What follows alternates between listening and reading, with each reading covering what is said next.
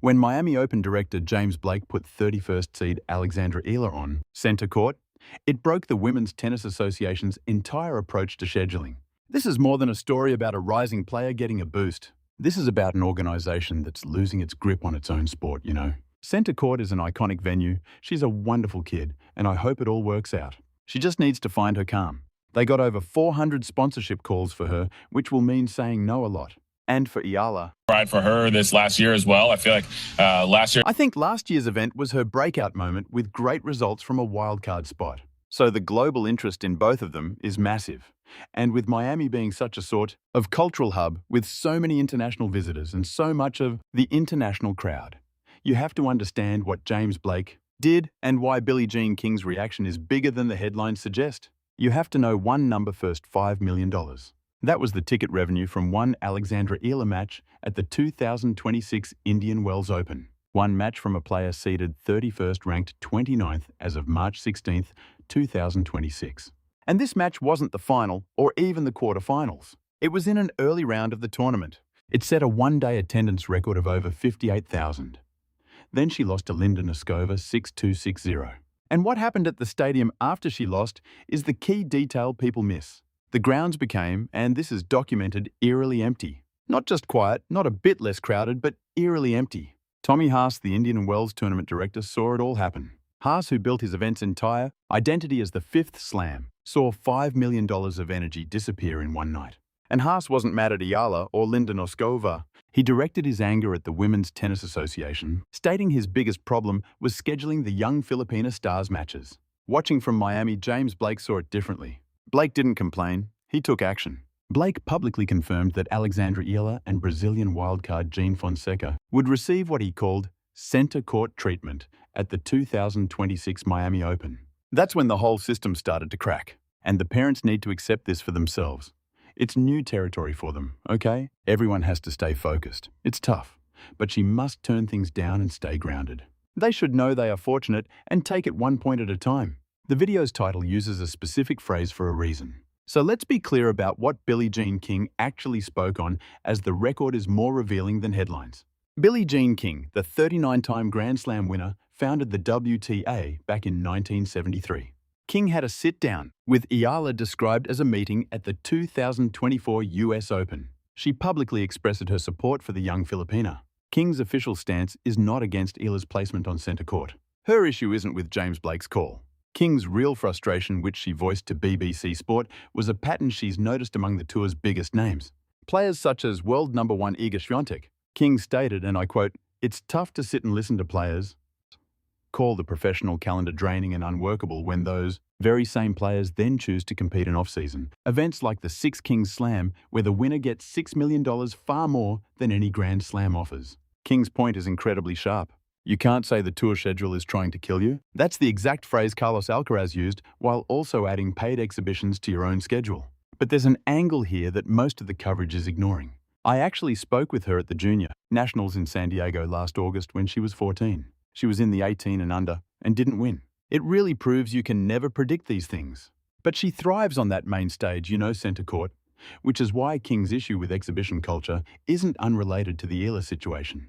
It's the exact same issue, just in a different context. King founded the WTA on one core principle. Women's pro tennis was meant to be a legitimate, self-sufficient entity, not a sideshow, not a gimmick, and not something needing special rules or matchups to draw a crowd. This is precisely why King found the 2025 Sabalenka-Kyrgios Battle of the Sexes event insulting. And the specific detail that bothered her is key. The court in that exhibition was reportedly 9% smaller for the woman. 9%. King's stance is unwavering. Women's tennis doesn't need a smaller court or a gender-based marketing stunt to sell tickets. And this ties directly into the Eala situation in a way that's not being fully explained.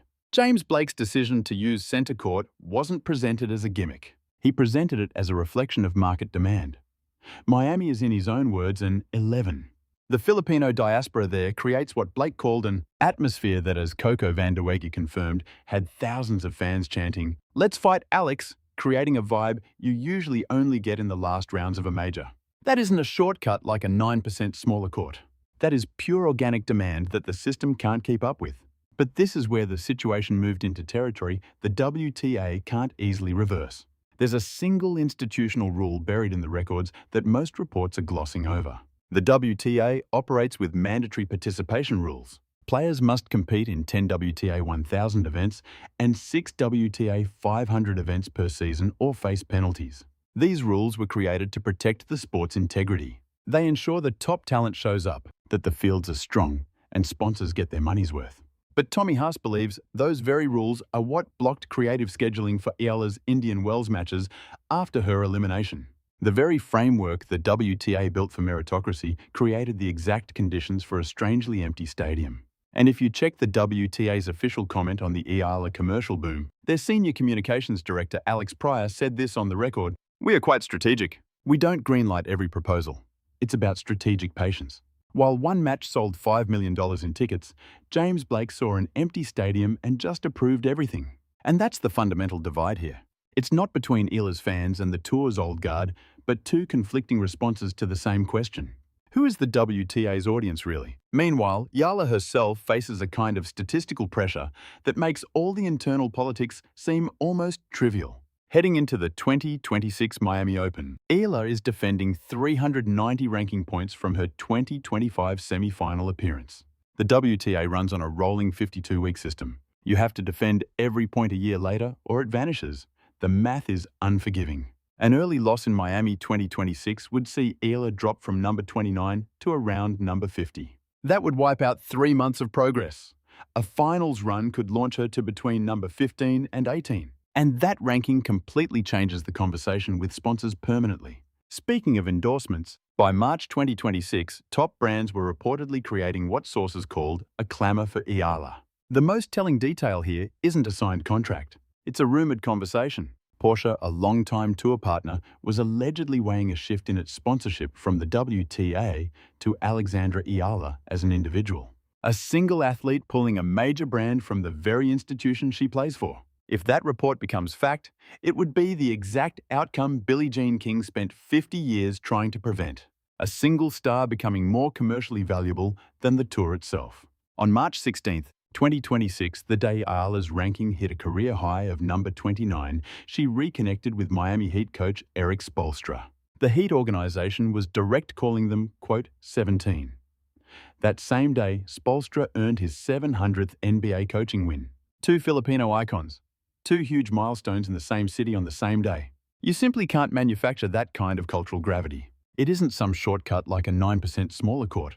It's the exact organic cross-sport energy Billie Jean King founded the WTA to one day foster.